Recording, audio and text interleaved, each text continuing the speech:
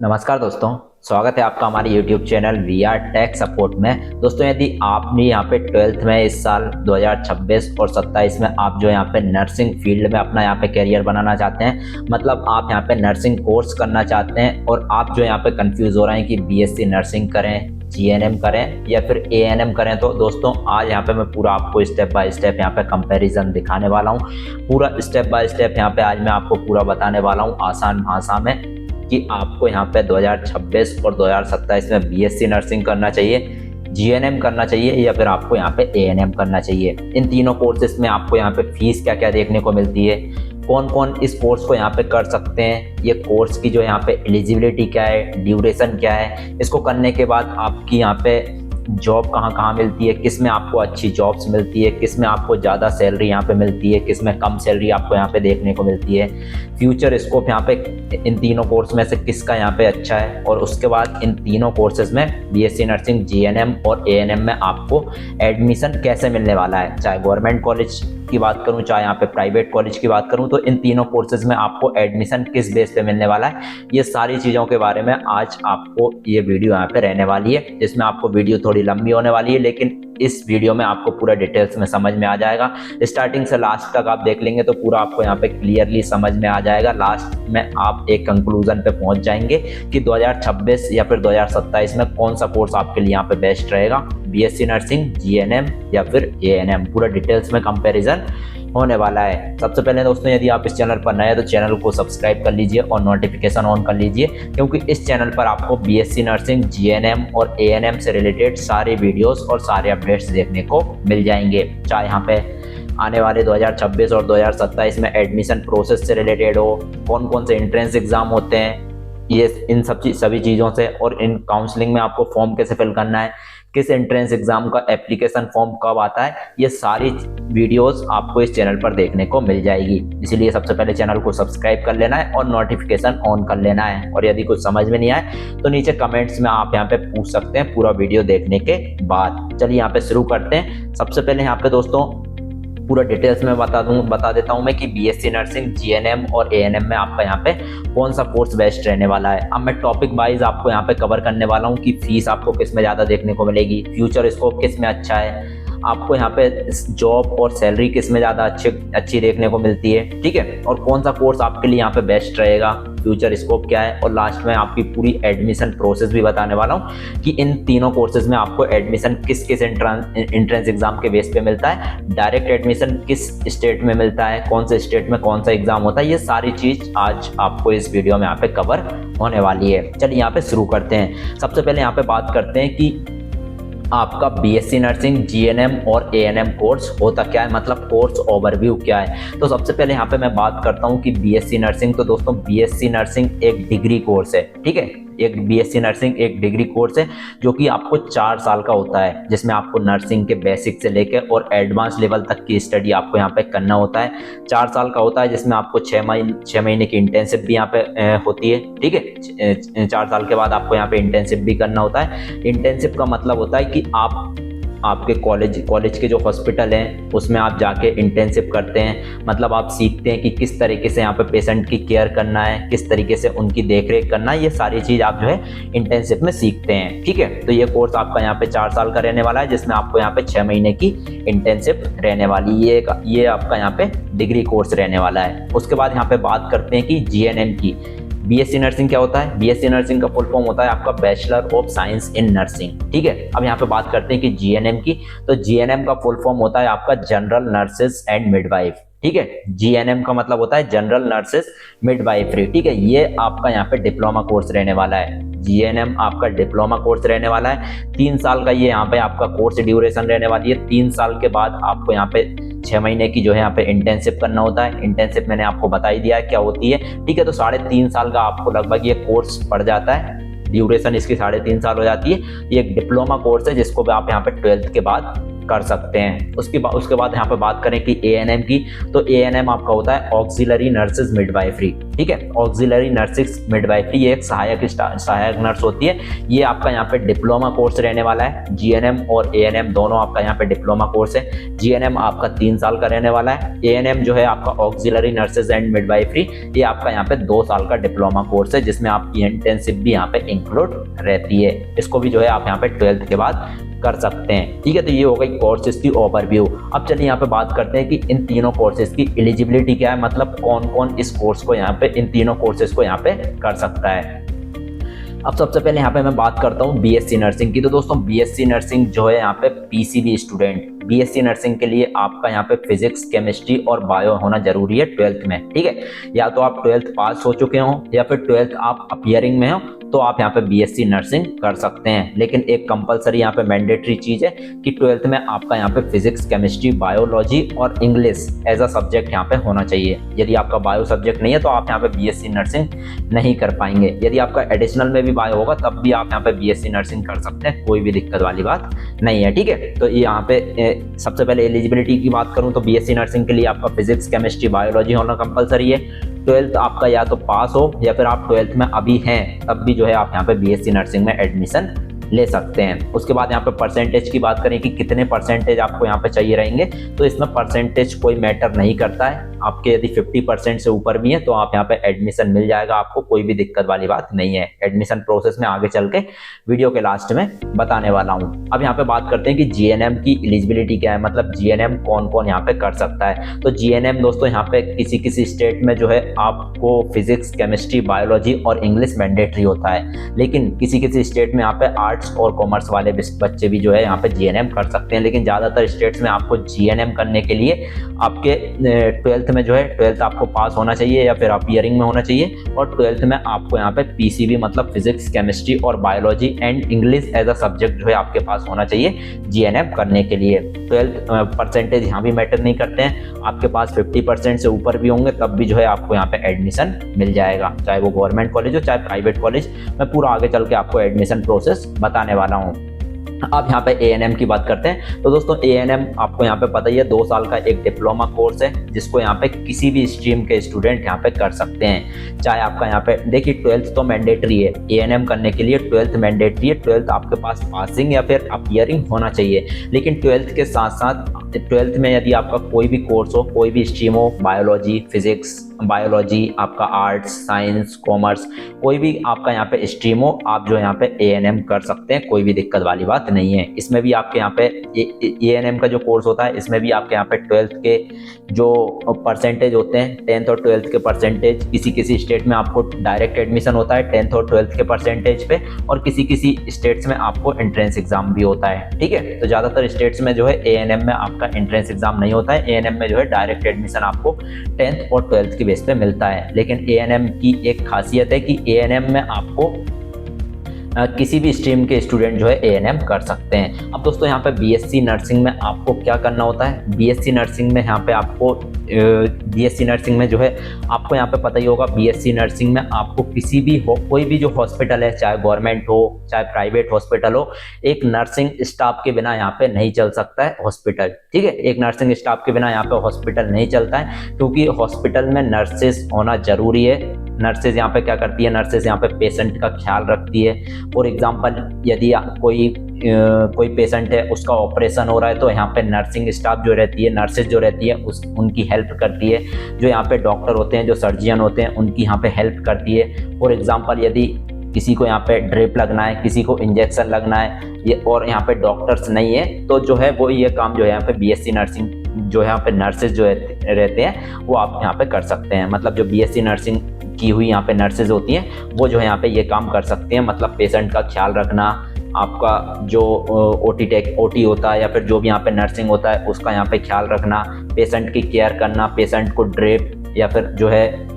Injection वगैरह देना, उनको यहाँ पे जो दवाई गोलियाँ देना time to time, daily routine checkup जो है वो यहाँ पे BSc नर्सिंग की जो स्टाफ नर्स होती है वो करती है। तो ये सारे काम आपके यहाँ पे BSc नर्सिंग करने के बाद होता है। BSc नर्सिंग में भी आपकी यहाँ पे बेसिक से लेकर एडवांस स्टडी होती है, साइकेट्रिक, पीडियाट्रिक, आपकी यहाँ पे जो भी डिलीवरी वगैरह जो भी यहाँ पे पढ़ाई होती है वो आपकी BSc नर्सिंग में होती है। बाकी जीएनएम की यहाँ पे मैं बात करूँ तो जीएनएम में आपको पीडियाट्रिक, आपकी यहाँ पे साइकेट्रिक, ये सारी यहाँ पे स्टडी करना होता है। इसमें भी जो है आपको यहाँ पे बीएससी नर्सिंग जैसा ही यहाँ पे काम करना होता है, लेकिन बीएससी नर्सिंग के कंपैरिजन में, जीएनएम के कंपैरिजन में बीएससी नर्सिंग की जो स्टाफ नर्स होती हैं उनको यहाँ पे ज़्यादा वैल्यू मिलती है, चाहे जॉब में हो, चाहे काम में हो, किसी भी चीज़ में हो। जीएनएम में भी आपको जो यहाँ पे है पेशेंट की केयर करना होता है, चाहे यहाँ पे किसी की डिलीवरी हुई हो, चाहे यहाँ पे चाइल्ड हुआ हो, चाहे यहाँ पे किसी भी पेशेंट का ध्यान रखना हो, मतलब उनकी ड्रेसिंग वगैरह, उनकी साफ सफाई वगैरह, ये सारा कुछ जो यहाँ पे जीएनएम की जो नर्स होती है वो यहाँ पे करती हैं। वहीं एएनएम की बात करें तो एएनएम आपको यहाँ पे एएनएम में जो ड्रेसिंग रहती है, पेशेंट की ड्रेसिंग रहती है, और जो आपकी यहाँ पे जो किसी भी हॉस्पिटल है, कि कोई भी गवर्नमेंट या फिर प्राइवेट हॉस्पिटल है, उसमें यहाँ पे कहाँ पे कौन सा सामान रखाना है, जब किसी की डिलीवरी होती है तो उनकी यहाँ पे हेल्प करना, ड्रेसिंग में हेल्प करना, उनके खाने में हेल्प करना, ये सारी चीज़ें जो है यहाँ पे एएनएम करती हैं। ठीक है, एएनएम का मतलब होता है ऑक्सिलरी नर्सेज मिडवाइफरी। ठीक है, ये एक सहायक नर्स होती हैं। ठीक है, अब एएनएम में ज़्यादातर जो है आप चाइल्ड केयर या फिर डिलीवरी वगैरह से जो रिलेटेड यहाँ पे पेशेंट होते हैं, उनमें यहाँ पे आपकी काम आती हैं। ठीक है, तो ये काम होता है आपका बीएससी नर्सिंग, जीएनएम और एएनएम में। अब यहाँ पे बात करते हैं कि इसमें आपको फीस यहाँ पे कितनी लगती है। जब आप जीएनएम, एएनएम और बीएससी नर्सिंग करेंगे तो इनमें आपको फीस यहाँ पे कितनी देखने को मिलेगी। तो सबसे पहले यहाँ पे मैं बात करता हूँ बीएससी नर्सिंग की। तो बीएससी नर्सिंग और जीएनएम और एएनएम आपके पास दो ऑप्शंस होते हैं, एक तो होता है गवर्नमेंट कॉलेज, दूसरा होता है आपका यहाँ पे प्राइवेट कॉलेज। ठीक है, अब इनमें गवर्नमेंट और प्राइवेट में एडमिशन कैसे मिलेगा वो मैं आगे चल के बताने वाला हूँ। सबसे पहले मैं फीस आपको बता देता हूँ कि यदि आप बीएससी नर्सिंग कर रहे हैं किसी भी गवर्नमेंट कॉलेज से, तो आपका जो कोर्स है यहाँ पे 15 से 30 हज़ार के बीच में हो जाएगा। ठीक है, 15 से 30 हज़ार के बीच में आपका जो कोर्स है पर ईयर आपकी यहाँ पे फीस लगने वाली है किसी भी गवर्नमेंट कॉलेज से, यदि आप बीएससी नर्सिंग करेंगे तो। ठीक है, अब ऐसा नहीं कि आप एम्स, जिपमेर या फिर पीजीआई चंडीगढ़ से, पीजीआई उनमें इतनी फीस नहीं लगती है क्योंकि वो टॉप यहाँ पे गवर्नमेंट कॉलेजेस हैं। ठीक है, मैं यहाँ पे स्टेट के जो कॉलेजेस हैं उनकी बात कर रहा हूँ। मैं जो एम्स और पीजीआई या फिर केजीएमयू या फिर सीएमसी वेल्लोर, ये सारे कुछ हैं, इनकी मैं लास्ट में यहाँ पे बात करूँगा। ठीक है, इनमें फीस वगैरह भी बताऊँगा। अब सबसे पहले यहाँ पे फीस की बात करता हूँ तो यहाँ पे मैं बता ही देता हूँ कि यदि आप बीएससी नर्सिंग करते हैं, बीएससी नर्सिंग यदि आप करते हैं एम्स से, तो आपकी फीस 600-700 रुपये पर ईयर लगेगी, सिर्फ 600 और 700 रुपये। यदि आप पीजीआई से करेंगे, पीजीआई चंडीगढ़ से करेंगे, एसजीपीजीआई चंडीगढ़ से, तो आपकी फीस लगभग 850 रुपये के समथिंग लगेगी पर ईयर। ऐसा ही जिपमेर का रहता है, ऐसा ही आपका सीएमसी वेल्लोर, केजीएमयू, बीएचयू, ये इन सभी की जो फीस रहती है वो यहाँ पे बहुत ही कम रहती है, और ये इंडिया के टॉप यहाँ पे नर्सिंग कॉलेजेस हैं, नर्सिंग यूनिवर्सिटीज़ हैं। ठीक है, अब यहाँ पे इनके अलावा यहाँ पे मैं बात करूँ तो यदि आप किसी भी गवर्नमेंट कॉलेज से, जो स्टेट के गवर्नमेंट कॉलेज से होते हैं, उनसे यदि आप बीएससी नर्सिंग करेंगे तो आपकी फीस लगेगी 15 से 30 हज़ार रुपये पर ईयर। अब किसी में यहाँ पे हॉस्टल फीस अलग लगती है, किसी में जो है आपकी हॉस्टल फीस इसी में इंक्लूड रहती है। ठीक है, वो आपको यहाँ पे जब आपकी काउंसलिंग होगी तभी आपको यहाँ पे पता चल जाएगा कि आपको हॉस्टल मिलेगा या फिर नहीं मिलेगा। उसके बाद यहाँ पे यदि आप प्राइवेट कॉलेज से बीएससी नर्सिंग करते हैं तो इसमें आपको काफ़ी ज़्यादा फीस देखने को मिलेगी, लगभग 80 हज़ार से लेकर 1.5 लाख, 80 हज़ार से लेकर 1.5 लाख के बीच में आपकी यहाँ पे फीस रहती है। ये आपका यहाँ पे करता है कि आपका कॉलेज किस लेवल का है। यदि आपके कॉलेज में ज़्यादा पेशेंट फ्लो है, आपका टॉप कॉलेजेस में आप एडमिशन ले रहे हैं, टॉप प्राइवेट कॉलेजेस में, तो इसमें आपको ज़्यादा फीस देखने को मिलेगी। यदि आप ऐसे हॉस्पिटल में, ऐसे कॉलेजेस में एडमिशन ले रहे हैं जिसमें पेशेंट फ्लो कम है या फिर जो इतना फेमस यहाँ पे नहीं है, तो उसमें आपको फीस कम देखने को मिलेगी। लेकिन फिर भी आपको प्राइवेट कॉलेज में 80 हज़ार से लेकर 1.5 लाख के बीच में फीस देखने को मिलेगी। ये आप यहाँ पे कॉलेज से कॉन्टेक्ट करके पता कर सकते हैं। ठीक है, अब यहाँ पे बात करता हूँ जीएनएम की। तो जीएनएम में भी आपको लगभग सेम फीस देखने को मिलेगी। यदि आप गवर्नमेंट कॉलेज से जीएनएम करते हैं तो आपको लगभग 10 हज़ार से लेके 20 हज़ार के बीच में आपका जीएनएम कंप्लीट हो जाता है पर ईयर। लेकिन भाई यदि प्राइवेट कॉलेज की बात करूँ, प्राइवेट से यदि आप जीएनएम करते हैं तो ये फीस आपकी 50 हज़ार से लेके 80 हज़ार के बीच में लगने वाली है। 50 हज़ार से लेके 80 हज़ार या फिर 1 लाख आप मान के चलिए, 50 हज़ार से लेके 1 लाख के बीच में आपकी प्राइवेट कॉलेज में फीस लगने वाली है यदि आप प्राइवेट कॉलेज से जीएनएम करते हैं। तो एएनएम की बात करूं तो एएनएम यदि आप गवर्नमेंट कॉलेज से करेंगे तो लगभग 5 हज़ार से लेके 15 हज़ार के बीच में आपका यहाँ पे पर ईयर कंप्लीट हो जाता है। लेकिन भाई यदि आप एएनएम प्राइवेट कॉलेज से करेंगे तो लगभग आपकी 30 हज़ार से लेके 50 हज़ार इसमें फीस रहने वाली है पर ईयर की। ठीक है, 2 साल का ये डिप्लोमा कोर्स आपका होता है। ये अब ये जीएनएम और एएनएम आप यहाँ पे एम्स हुआ, पीजीआई हुआ, इन सब कॉलेजेस से आप यहाँ पे जीएनएम और एएनएम नहीं कर सकते हैं। इनसे सिर्फ आप यहाँ पे बीएससी नर्सिंग कर सकते हैं, जिसकी फीस मैंने आपको यहाँ पे बता दी है। ठीक है, तो ये तो हो गई यहाँ पे फीस की बात। फीस का मैंने पूरा कंफर्म आपको बता दिया है कि किस कॉलेज में कितनी फीस आपको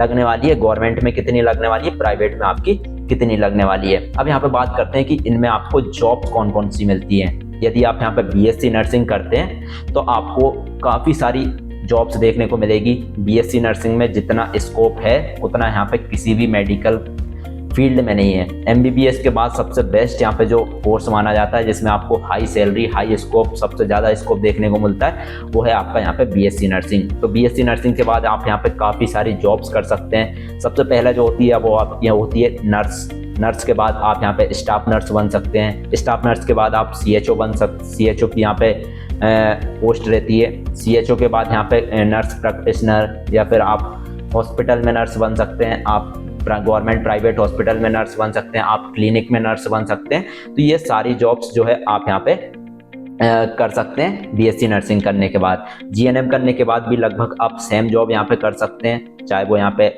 नर्सिंग केयर की हो, चाहे वो यहाँ पे आपकी स्टाफ नर्स की हो, सीएचओ की हो, या फिर उसके बाद भी काफ़ी सारी जॉब्स हैं जो आप जीएनएम के बाद यहाँ पे कर सकते हैं। एएनएम में यहाँ पे आपको लिमिटेड जॉब्स देखने को मिलती है। एएनएम में जो जॉब्स यहाँ पे आपकी रहती है वो ज़्यादातर यहाँ पे नर्सिंग केयर में रहती है। नर्सिंग मतलब जो नर्सिंग होम्स रहते हैं, यहाँ पे जब डिलीवरी होती है किसी भी महिला की, तो उसकी जो आप केयर करते हैं वो होते हैं आपके नर्सिंग होम्स। ठीक है, जिसमें आप यहाँ पे महिलाओं की केयर करते हैं, उनमें आपको ज़्यादातर यहाँ पे जॉब्स देखने को मिलती है। वहीं जो क्लिनिक रहती है उनमें भी आप यहाँ पे एज अ एएनएम आप यहाँ पे जॉब कर सकते हैं, जो कि सहायक नर्स होती हैं। उस फील्ड में आप यहाँ पे जॉब कर सकते हैं। मतलब आप जॉब कर सकते हैं, प्राइवेट जॉब भी कर सकते हैं, गवर्नमेंट जॉब भी कर सकते हैं आप एएनएम करने के बाद। ठीक है, किसी भी नर्सिंग होम में या फिर किसी भी जो विलेज गांव जो रहते हैं उन एरियाज में आप यहाँ पे जॉब कर सकते हैं। आशा वर्कर के रूप में आप यहाँ पे काम कर सकते हैं एएनएम करने के बाद। ठीक है, तो ये सारी जॉब्स आप यहाँ पे कर सकते हैं। चलिए अब यहाँ पे बात करते हैं कि एएनएम, जीएनएम और बीएससी नर्सिंग करने के बाद आपको यहाँ पे सैलरी कितनी देखने को मिलती है, कौन से कोर्स में आपको ज़्यादा सैलरी यहाँ पे देखने को मिलेगी। तो देखिए, यहाँ पे जब आप किसी कोर्स को करते हैं तो उसके बाद जब आप यहाँ पे सैलरी की पूछते हैं कि सैलरी यहाँ पे मुझे कितनी मिलेगी कौन से कोर्स करने के बाद, तो वो सैलरी आपकी डिपेंड करती है कि आप कौन सी जॉब कर रहे हैं, गवर्नमेंट जॉब कर रहे हैं, प्राइवेट जॉब कर रहे हैं, या फिर आप नर्सिंग खुद का यहाँ पे आपका नर्सिंग होम है। ये सारी डिपेंड करती है आपके एक्सपीरियंस के ऊपर। ठीक है, आपकी जॉब के ऊपर, पोजीशन के ऊपर, किस पोजीशन पे आप यहाँ पे जॉब कर रहे हैं, आपके पास एक्सपीरियंस कितना है, आपके पास नॉलेज कितना है। ठीक है, यदि आपके पास एक्सपीरियंस और नॉलेज जितना ज़्यादा होगा उतनी आपकी यहाँ पे सैलरी देखने को मिलेगी। फ्रेशर में आपको थोड़ी कम सैलरी देखने को मिलती है। अब यदि मैं बीएससी नर्सिंग की बात करूँ तो बीएससी नर्सिंग में यदि आप प्राइवेट हॉस्पिटल में यहाँ पे जॉब करते हैं बीएससी नर्सिंग करने के बाद, तो आपकी यहाँ पे जॉब सैलरी होती है वो 15 से 20 हज़ार के समथिंग आपको मिलती है। ठीक है, 15 से 20 हज़ार आपको यहाँ पे मिलेगी। जैसे जैसे आपके पास एक्सपीरियंस होता जाएगा आपकी सैलरी जो यहाँ पे बढ़ती जाएगी। अब यदि बीएससी नर्सिंग करने के बाद आप यहाँ पे कोई गवर्नमेंट एग्जाम निकाल लेते हैं, like JIPMER, KGMU, DSSB, RRB, ठीक है, और भी बहुत सारे एग्जाम्स होते हैं। केजीएमयू का एग्ज़ाम निकलता है आपका, यहाँ पे पीजीआई की वैकेंसी निकलती है। बीएससी नर्सिंग करने के बाद आप नॉर्सेट दे सकते हैं। नॉर्सेट के बाद आप यहाँ पे नर्सिंग ऑफिसर बन जाते हैं। ठीक है, तो यदि आप गवर्नमेंट जॉब कर रहे हैं ना, तो आपको सैलरी लगभग 50 हज़ार से लेकर 1 लाख के बीच में देखने को मिलेगी। यदि आप नॉर्सेट का एग्जाम निकाल लेते हैं तो लगभग आपकी जो सैलरी होती है वो 70 हज़ार से लेकर 1 लाख के बीच में होती है। वहीं यदि में SGPGI की वैकेंसी आती है, आपकी स्टाफ नर्स की, हर एक स्टेट में स्टाफ नर्स की वैकेंसी आती है, आप उनको यहाँ पे निकाल सकते हैं। तो यदि आप गवर्नमेंट जॉब की बात करें तो गवर्नमेंट जॉब के बाद आपकी जो सैलरी होती है वो 70 हज़ार से लेकर 1 लाख के बीच में हो सकती है। ये आपके एक्सपीरियंस के साथ साथ बढ़ भी सकती है, 2 लाख तक आपकी सैलरी पहुँच जाती है। वहीं यदि मैं GNM की बात करूँ तो GNM के बाद भी जो है आप यहाँ पे काफ़ी सारी जॉब्स कर सकते हैं। सबसे पहले प्राइवेट तो आप यहाँ पे कर ही सकते हैं, जिसमें आपको 15 से 20 हज़ार सैलरी देखने को मिलेगी GNM करने के बाद। लेकिन उसमें भी आपको यहाँ पे एक्सपीरियंस मांगा जाता है। आपका GNM करने के बाद आपको यहाँ पे एक्सपीरियंस हो जाएगा, उसके बाद आपकी सैलरी अच्छी मिलेगी, उसके बाद ही आपको अच्छी जॉब्स मिलेगी। क्योंकि बीएससी नर्सिंग को ज़्यादा प्रेफरेंस मिलती है जीएनएम के अकॉर्डिंग में, ठीक है। तो जीएनएम के बाद आपको एक्सपीरियंस लेना पड़ेगा, उसके बाद आपकी सैलरी अच्छी देखने को मिलेगी, ठीक है। जीएनएम के बाद भी आप जो यहाँ पे गवर्नमेंट एग्जाम दे सकते हैं, काफ़ी सारी वैकेंसीज आती है, आप उनमें यहाँ पे फॉर्म फिल कर सकते हैं। स्टाफ नर्स की वैकेंसी में आप यहाँ पे अप्लाई कर सकते हैं, सीएचओ की वैकेंसी के लिए आप यहाँ पे अप्लाई कर सकते हैं। वही यदि मैं बात करूँ तो आप उसके बाद पोस्ट बेसिक बीएससी नर्सिंग करके आप यहाँ पे नॉर्सेट का एग्ज़ाम दे सकते हैं। सारे ये जो है आप यहाँ पे जीएनएम करने के बाद दे सकते हैं। इसमें भी यदि आपकी गवर्नमेंट जॉब लग जाती है तो इसमें भी आपकी सैलरी जो है यहाँ पे 50,000 से लेकर 70,000 के बीच में हो जाती है जीएनएम करने के बाद। एएनएम करने के बाद यहाँ पे आप एएनएम में आपको ज़्यादा स्कोप देखने को नहीं मिलता है। एएनएम के बाद आप ज़्यादातर यहाँ पे रूरल एरियाज जो यहाँ पे उनमें काम कर सकते हैं। चाइल्ड केयर में आप काम करते हैं, आप यहाँ पे किसी भी क्लिनिक में सहायक नर्स के रूप में काम करते हैं, और किसी भी हॉस्पिटल में यदि आप कर रहे हैं तो उसमें भी आप यहाँ पे सहायक नर्स के रूप में काम करेंगे। तो एएनएम में आपकी जो सैलरी रहती है वो यहाँ पे ज़्यादा देखने को नहीं मिलेगी। 10 से 15,000 आपको यहाँ पे ज़्यादा से ज़्यादा सैलरी देखने को मिलेगी स्टार्टिंग में। अब यदि आप यहाँ पे आशा वर्कर बन जाते हैं, आप गवर्नमेंट वैकेंसी निकाल लेते हैं, कोई भी एएनएम की भी यहाँ पे काफ़ी सारी वैकेंसीज आती हैं जिनमें आशा वर्कर भी एक शामिल है, तो उनमें आपकी सैलरी थोड़ी अच्छी देखने को मिलेगी। 30,000 से 50,000 लेके आप चल सकते हैं। 30,000 से 50,000 आपकी सैलरी हो सकती है यदि आप गवर्नमेंट वैकेंसी निकाल लेते हैं, गवर्नमेंट जॉब आप यहाँ पे करते हैं तो, ठीक है। तो ये तो मेरा यहाँ पे मैंने सैलरी पूरी बता दिया है, किस जॉब में किस कोर्स में आपको यहाँ पे कितनी सैलरी देखने को मिलेगी। अब चलिए यहाँ पे बात करते हैं कि फ्यूचर स्कोप किस कोर्स में ज़्यादा है, किस कोर्स में आपको यहाँ पे फ्यूचर स्कोप जो है ज़्यादा देखने को मिलता है। सबसे पहले यहाँ पे बीएससी नर्सिंग, जीएनएम और एएनएम की बात करें तो सबसे बेस्ट जो यहाँ पे फ्यूचर स्कोप देखने को मिलता है वो आपका यहाँ पे देखने को मिलता है बीएससी नर्सिंग में। अब देखिए बीएससी नर्सिंग के करने के बाद आपके पास काफ़ी सारे ऑप्शंस होते हैं आगे हायर स्टडीज़ करने के लिए या फिर जॉब करने के लिए। सबसे पहले तो आप जो है बीएससी नर्सिंग करने के बाद किसी भी प्राइवेट हॉस्पिटल में जॉब कर सकते हैं, ठीक है। आपको जॉब आसानी से मिल जाएगी, कोई भी दिक्कत नहीं रहेगी। इसमें सैलरी भी आपको 15 से 20,000 देखने को मिल जाएगी। जैसे जैसे एक्सपीरियंस होता जाएगा वैसे वैसे सैलरी आपकी बढ़ती जाएगी। दूसरी, आप यहाँ पे बीएससी नर्सिंग करने के बाद नॉर्सेट एग्जाम दे सकते हैं। नॉर्सेट आपका जैसे ही निकलेगा आप नर्सिंग ऑफिसर बन जाएंगे, जिसमें आपकी सैलरी यहाँ पे 70,000 से लेके 1 लाख तक की हो जाएगी, ठीक है। नर्सिंग आप यहाँ पे बीएससी नर्सिंग करने के बाद किसी भी यहाँ पे गवर्नमेंट हॉस्पिटल में जॉब कर सकते हैं एग्ज़ाम निकाल के। गवर्नमेंट एग्ज़ाम्स काफ़ी होते हैं जो बीएससी नर्सिंग के बाद आप दे सकते हैं। आरआरबी, जिनमें आपका केजीएमयू है, पीजीआई में आपकी काफ़ी सारी वैकेंसीज निकलती है, जिपमार में निकलती है, एम्स की सीआरई जो वैकेंसीज कॉमन रिक्रूटमेंट एग्ज़ाम जो होते हैं उस अलग अलग एम्स में आपकी यहाँ पे नर्सिंग की वैकेंसीज निकलती हैं, आप उनमें यहाँ पे एग्ज़ाम दे सकते हैं। आप नॉर्सेट एग्ज़ाम दे सकते हैं, DSSS भी दे सकते हैं। काफ़ी सारी वैकेंसीज आपको यहाँ पे बीएससी नर्सिंग करने के बाद देखने को मिलती है। वहीं यदि आप मैं हायर स्टडीज़ की बात करूँ तो आप बीएससी नर्सिंग करने के बाद एमएससी नर्सिंग कर सकते हैं। एमएससी नर्सिंग करने के बाद आप किसी भी एमएससी नर्सिंग नहीं करना है, आप एनपीसीसी कोर्स कर सकते हैं, जिसके बाद आप किसी भी यूनिवर्सिटी या फिर कॉलेज में आप टीचिंग लाइन में जा सकते हैं, आप प्रोफेसर बन सकते हैं, ठीक है। तो ये सब आप यहाँ पे बीएससी नर्सिंग करने के बाद कर सकते हैं। वहीं यदि मैं बात करूँ जीएनएम की तो जीएनएम में आप देखिए, जीएनएम में आप यहाँ पे नॉर्सेट का एग्ज़ाम नहीं दे सकते हैं, ठीक है। जीएनएम के बाद जो है आपको यहाँ पे क्या करना पड़ेगा, देखिए स्टाफ नर्स आप बन सकते हैं, स्टाफ नर्स की वैकेंसी निकलती है, उनमें आप अप्लाई कर सकते हैं। आप सीएचओ, यहाँ पे सीएचओ की वैकेंसी निकलती है, आप सीएचओ की वैकेंसी के लिए अप्लाई कर सकते हैं, ठीक है। उसके बाद जीएनएम करने के बाद आप यहाँ पे आपको एक कोर्स करना पड़ेगा, पोस्ट बेसिक बीएससी नर्सिंग, ठीक है। जीएनएम के बाद आपको पोस्ट बेसिक बीएससी नर्सिंग करना पड़ेगा, तभी आपके पास डिग्री मिलेगी। जो आपका डिप्लोमा होगा, मतलब जो आपका जीएनएम का डिप्लोमा होगा वो डिग्री में कन्वर्ट हो जाएगा आप जैसे ही पोस्ट बेसिक बीएससी नर्सिंग करेंगे, ठीक है। तो आप जो है जीएनएम एक डिप्लोमा कोर्स है, आपको पता ही है। इससे पहले जो बीएससी नर्सिंग वाले लोग हैं उनको यहाँ पे प्रेफरेंस मिलती है, ठीक है। इसीलिए आप जो है जीएनएम के बाद यदि आप जीएनएम कर रहे हैं या फिर आप कर चुके हैं या फिर आप करना चाहते हैं जीएनएम, आपका यहाँ पे मन है जीएनएम करने का, तो आप जीएनएम के बाद पोस्ट बेसिक बीएससी नर्सिंग कर सकते हैं, जिसके बाद आपको डिग्री मिल जाती है। फिर आप बीएससी नर्सिंग के बराबर पहुंच जाते हैं। उसके बाद जो भी बीएससी नर्सिंग वाले करते हैं वो आप यहाँ पे सभी एग्जाम दे सकते हैं, सभी जॉब्स जो है आप कर सकते हैं। जीएनएम के बाद आपको सिंपल बीएससी नर्सिंग करना है, जो कि 2 साल का कोर्स है। जीएनएम 3 साल का, बीएससी नर्सिंग 2 साल का, 5 साल हो गए आपके पास, ठीक है। उसके बाद आप नॉर्सेट भी दे सकते हैं, उसके बाद आप एमएससी नर्सिंग भी कर सकते हैं, उसके बाद आप एनपीसीसी कोर्स भी कर सकते हैं। अब देखिए जीएनएम एएनएम में आपको क्या क्या स्कोप देखने को मिलते हैं। तो एएनएम में यहाँ पे वैकेंसीज तो देखिए निकलती है, आपकी चाइल्ड केयर वर्कर, आपकी नर्सिंग होम्स में वैकेंसीज निकलती है। गवर्नमेंट वैकेंसीज थोड़ी कम देखने को मिलेगी, लेकिन फिर भी यहाँ पे गवर्नमेंट वैकेंसीज थोड़ी बहुत देखने को मिलती है। आशा वर्कर की यहाँ पे वैकेंसीज निकलती है, आप उनमें यहाँ पे अप्लाई कर सकते हैं। वहीं यदि आप प्राइवेट में जॉब करना चाहते हैं तो प्राइवेट में आपको आसानी से जॉब मिल जाती है, लेकिन सैलरी आपको वही 10 से 15 हज़ार देखने को मिलेगी। ठीक है, अब ऐसा नहीं है कि एएनएम के बाद आप कोई भी हायर स्टडीज कर सकते हैं, एएनएम के बाद आपको जीएनएम या फिर बीएससी नर्सिंग ही करना होता है। तो यदि आप ज़्यादा हायर स्टडीज के बारे में नहीं सोच रहे हैं, आपको ज़्यादा आगे नहीं पढ़ना है, आपको तुरंत यहाँ पर कोई भी कोर्स करके सिंपल 1-2 साल का आपको जॉब लेना है, ठीक है, तो आप एएनएम जो है यहाँ पे कर सकते हैं। ठीक है, एएनएम में आपकी ये सारे फीचर स्कोप आपको देखने को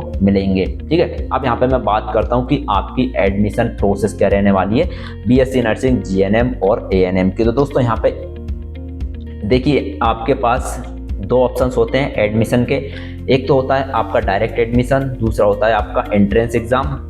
ठीक है, तो यदि आप डायरेक्ट एडमिशन लेना चाहते हैं तो डायरेक्ट एडमिशन जो प्राइवेट कॉलेजेस रहते हैं, किसी स्टेट में डायरेक्ट एडमिशन मिल जाते हैं प्राइवेट कॉलेजेस में, लेकिन यदि आप गवर्नमेंट कॉलेज से बीएससी नर्सिंग, जीएनएम और एएनएम करना चाहते हैं तो आपको एंट्रेंस एग्जाम देना पड़ेगा। ठीक है, अब यहाँ पे मैं बात करता हूँ बीएससी नर्सिंग की। तो यदि आप एम्स से बीएससी नर्सिंग करना चाहते हैं तो आपको एम्स बीएससी नर्सिंग का जो एग्जाम होता है जून में होगा, जिसके फॉर्म्स यहाँ पे मार्च अप्रैल में भराते हैं, तो वो आपको एग्जाम देना पड़ेगा। यदि आपको पीजीआई से यहाँ पे ऐसी पीजीआई से यदि आपको बीएससी नर्सिंग करना है तो आपको उसका एग्जाम देना पड़ेगा। ठीक है, जिसमें आपको फीस 800 रुपये के समथिंग देखने को मिलती है पर ईयर, जो कि बहुत ही कम है। एम्स में भी आपको 600-700 रुपये पर ईयर में आपका बीएससी नर्सिंग कंप्लीट हो जाता है। ठीक है, तो एम्स के लिए आपको एम्स का एग्जाम देना पड़ेगा, पीजीआई के लिए पीजीआई का, जो कि अलग अलग एग्जाम होता है। वहीं यदि मैं स्टेट की बात करूं तो हर एक स्टेट के लिए अलग अलग एग्जाम्स होते हैं, गवर्नमेंट और प्राइवेट कॉलेज के लिए। ठीक है, अब यहाँ पे मैं बात करूँ एमपी के लिए, तो एमपी से यदि आपको गवर्नमेंट या फिर प्राइवेट कॉलेज से बीएससी नर्सिंग करना है तो आपको एमपी पीएनएसटी का एग्जाम देना पड़ेगा, जिसके फॉर्म्स यहाँ पे फरवरी मार्च में आते हैं। एग्जाम जून में होता है और रिजल्ट आपका अगस्त तक आ जाता है। ठीक है, अब यहाँ पे यूपी की बात करूँ तो यूपी के लिए यूपी गेट अलग होता है, राजस्थान के लिए यहाँ पे अलग होता है, RUHS करके होता है राजस्थान के लिए,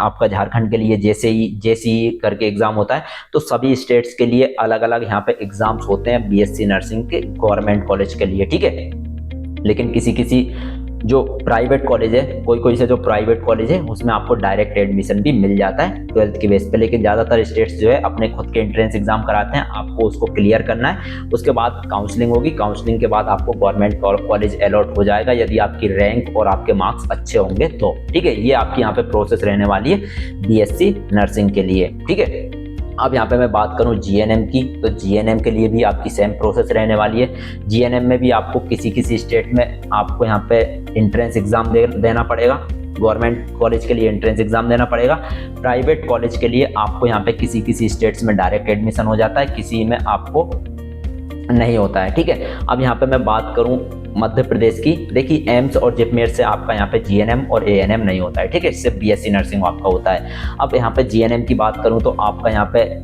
मध्य प्रदेश के लिए यहाँ पे आपका वही एग्जाम होता है, MP PNST and GNM TST, जो कि एक ही एग्जाम होता है। एक ही एग्जाम से आपका बीएससी नर्सिंग और जीएनएम दोनों में एडमिशन मिल जाता है, चाहे गवर्नमेंट कॉलेज हो चाहे प्राइवेट कॉलेज हो। ये डिपेंड करता है आपके उस एमपी पीएनएसटी एग्जाम में मार्क्स कितने आए हैं। या मार्क्स अच्छे होंगे तो गवर्नमेंट कॉलेज अलॉट हो जाएगा, यदि मार्क्स नहीं होंगे तो आपको प्राइवेट कॉलेज लेना पड़ेगा। वहीं आपका राजस्थान में भी RUHS होता है, आपका बिहार में DCC भी करके होता है। ठीक है, ऐसे ही अदर सभी स्टेट्स में अलग अलग एग्जाम्स होते हैं, आप उनको दे के हर एक स्टेट्स में एडमिशन ले सकते हैं। एएनएम के लिए भी यहाँ पे ज़्यादातर स्टेट्स में 10th और 12th के बेस पे एडमिशन होता है, काउंसलिंग होगी, मेरिट लिस्ट बनेगी, आपका नाम आ जाएगा, आपको एडमिशन मिल जाएगा। ठीक है, वहीं यदि मैं एमपी की बात करूँ तो मध्य प्रदेश में एएनएम के लिए आपको ANM TST करके एग्जाम होता है, ANM TST करके एग्जाम होता है। ये भी आपका फरवरी मार्च में आता है, आपका यहाँ पे मई जून में इसका एग्जाम हो जाता है और अगस्त तक इसका रिजल्ट आ जाता है। ठीक है, तो इसमें आपको गवर्नमेंट कॉलेजेस जो रहते हैं ANM के, उनमें आपको एडमिशन मिलता है। ठीक है, तो MP PNST के बाद AMP ANM TST आपके लिए बेस्ट एंट्रेंस एग्जाम रहने वाला है यदि आप गवर्नमेंट कॉलेज से ANM करना चाहते हैं तो। वहीं यदि मैं यूपी की बात करूं तो आपका 12th बेस पे एडमिशन मिलता है। बिहार में आपका एक ही एग्जाम होता है। पैरामेडिकल की बात करूं, चाहे किसी भी कोर्स की बात करूं, DCE CEB इसके थ्रू ही आपको ANM कोर्स में एडमिशन मिलता है। राजस्थान में आपका अलग एंट्रेंस एग्जाम होता है, उसमें भी आपको एंट्रेंस एग्जाम के बेस पर ही एडमिशन मिलता है। ठीक है। उत्तराखंड में आपका यहाँ पे HBUN करके एग्जाम होता है, उसमें भी आपको ANM कोर्स में एडमिशन मिलता है। ठीक है। तो ये सारी प्रोसेस मैंने आपको एडमिशन प्रोसेस की बता दी है। आप इन सभी एंट्रेंस एग्जाम को देके जिस भी स्टेट में आप एडमिशन लेना चाहते हो, आप उस स्टेट में यहाँ पे एडमिशन ले सकते हैं। ठीक है। अब यहाँ पे मैं बात करता हूँ कि आपको कौन सा कोर्स यहाँ पे करना चाहिए। यदि आप 2026-2027 में यदि आप यहाँ पे नर्सिंग फील्ड में अपना कैरियर बनाना चाहते हैं, तो आपके लिए यहाँ पे कौन सा कोर्स बेस्ट रहने वाला है। तो सबसे पहले यहाँ पे मैं बात करता हूँ, ये चीज़ आपके इंटरेस्ट के ऊपर डिपेंड है कि आपको कौन सा कोर्स करना है। सबसे पहले दोस्तों यहाँ पे मैं बता दूं कि नर्सिंग फील्ड में जो सबसे बेस्ट कोर्स रहता है ना, वो है BSc नर्सिंग। BSc नर्सिंग में आपको कैरियर स्कोप भी अच्छा देखने को मिलता है। आप गवर्नमेंट जॉब कर सकते हैं, प्राइवेट जॉब कर सकते हैं, आप नॉर्सेट का एग्जाम देके नर्सिंग ऑफिसर बन सकते हैं। ठीक है। आप खुद का नर्सिंग होम खोल सकते हैं। उसके बाद आप हायर स्टडीज़ कर सकते हैं, MSc नर्सिंग। आप बाहर जाके फॉरेन जाके अच्छा खासा पैसा कमा सकते हैं। इसमें आपको इंग्लिश आना जरूरी है। ठीक है। तो BSc नर्सिंग में आपके पास काफ़ी सारे ऑप्शंस होते हैं, तो BSc नर्सिंग आपके लिए सबसे बेस्ट रहने वाला है। लेकिन यदि आपका मन है GNM करने का, तो आप GNM भी कर सकते हैं। लेकिन GNM आपका 3 साल का होता है, BSc नर्सिंग 4 साल का होता है। GNM 3 साल में आप देंगे, इससे अच्छा आप BSc नर्सिंग ही कर लीजिए। 1 साल और लगेगा, लेकिन आपके पास कैरियर ऑप्शंस खुल जाएंगे। अब यदि आपने एडमिशन ले लिया है GNM वगैरह में, तो आप GNM के बाद पोस्ट बेसिक BSc नर्सिंग कर सकते हैं। 2 साल का पोस्ट बेसिक BSc नर्सिंग होता है। इसको करने के बाद आपके पास डिग्री आ जाती है, फिर आप BSc नर्सिंग के बराबर हो जाते हैं। उन जैसे आप फॉर्म डाल सकते हैं, किसी भी वैकेंसी के लिए आप अप्लाई कर सकते हैं, नॉर्सेट का एग्जाम दे सकते हैं, हायर स्टडीज भी आप कर सकते हैं, MSc नर्सिंग और NPCC कोर्स। ठीक है। टीचिंग लाइन में भी आप यहाँ पे जा सकते हैं। यदि आप GNM करना चाहते हैं तो GNM से बेटर है आप BSc नर्सिंग कर लीजिए। यदि आप GNM में एडमिशन ले लिया है, तो आप जो यहाँ पे पोस्ट बेसिक BSc नर्सिंग कर सकते हैं। अब ANM की यहाँ पे मैं बात करूँ, तो यदि आप चाहते हैं कि मुझे हायर स्टडीज़ नहीं करना है, मुझे कोई भी MSc नर्सिंग, ना ही नॉर्सेट, ना ही कोई एग्ज़ाम निकालना है, मुझे सिर्फ यहाँ पे 2 साल का कोर्स करना है, उसके बाद मेरी जॉब लग जाए, तो आप यहाँ पे ANM कर सकते हैं। ANM में आपको यहाँ पे 2 साल का जैसा ही कोर्स करेंगे, आपको किसी भी चाइल्ड हेल्थ केयर या फिर आपको नर्सिंग होम्स में या फिर प्राइवेट हॉस्पिटल्स में आपको 10 से 15 हज़ार की सैलरी देखने को मिल जाएगी। आप जो यहाँ पे ANM कर सकते हैं। लेकिन सिंपल है, यदि आप ANM कर रहे हैं तो ANM ना करके आप GNM कर लीजिए। यदि आप GNM कर रहे हैं तो GNM ना करके आप यहाँ पे BSc नर्सिंग कर लीजिए। BSc नर्सिंग आपके लिए बेस्ट रहने वाला है। सबसे बेस्ट जो यहाँ पे नर्सिंग में MBBS के बाद मेडिकल फील्ड में सबसे बेस्ट जो कोर्स है वो आपका यहाँ पे BSc नर्सिंग, जिसमें आपको सैलरी भी अच्छी देखने को मिलेगी और फ्यूचर स्कोप भी अच्छा देखने को मिलेगा। यहाँ पे मैंने पूरा कंपैरिजन आपको यहाँ पे बता दिया है कि BSc नर्सिंग, GNM और ANM में कौन सा कोर्स बेस्ट है और 2026 और 2027 में कौन सा कोर्स आप कर सकते हैं। बाकी इन सभी के एंट्रेंस एग्जाम से रिलेटेड, काउंसलिंग से रिलेटेड आपको वीडियोस इस चैनल पर देखने को मिल जाएगी। यदि कुछ समझ नहीं आ रहा है तो आप यहाँ पे नीचे कमेंट्स में टाइप कर सकते हैं, मैं आपको आंसर दे दूंगा जो भी आपकी यहाँ पे क्वेरी है, जो भी आपको समझ में नहीं आ रहा है। तो बाकी दोस्तों, वीडियो अगर पसंद आई हो तो वीडियो को लाइक कर दीजिए, चैनल को सब्सक्राइब कर दीजिए और नोटिफिकेशन ऑन कर लीजिए, क्योंकि इस चैनल पर आपको BSc नर्सिंग, GNM और ANM से रिलेटेड सारे वीडियोस और सारे अपडेट्स देखने को मिल जाएंगे।